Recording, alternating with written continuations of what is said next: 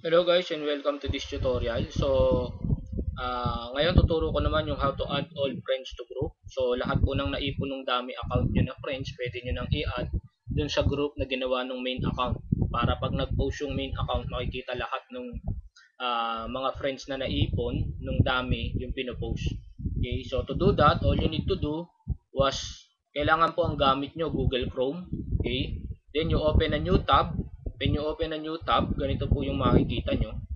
Okay, so ganyan. Although iba po to, no? Iba yung sa akin kasi may team ako. Okay, pero makikita nyo po to. Okay, i-click nyo lang yan. Okay, then mag-o-open na po yan. Or, kung hindi nyo po makita yon, all you need to do, okay, was just type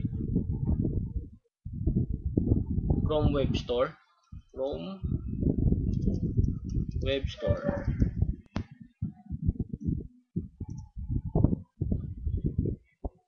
Okay, then you click this one.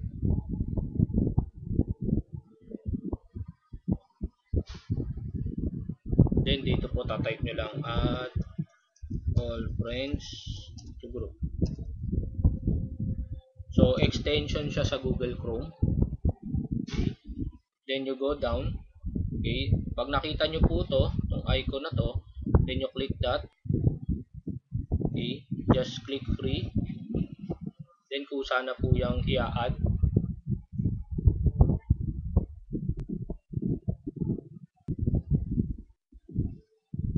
Okay, so kapag na-add na po siya, makikita nyo po siya, ito na yung icon. Okay, so i-click nyo lang yan.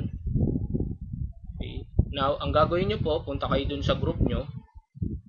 Okay, hindi po kailangang admin kayo, basta kayo po yung nakasama po kayo sa group na yon. Kaya for example, this is yung dami account ko.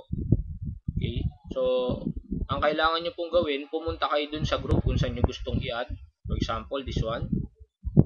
Okay, so click mo lang yan.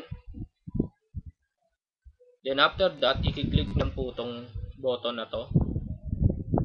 Okay. Okay, so makikita nyo po, ayan, nag-a-add na po siya rito.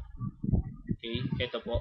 Okay, medyo nasa background lang siya, pero makikita nyo po siya tumatakbo. Okay. Then close. Okay. So, ganun lang po. That's all for this tutorial.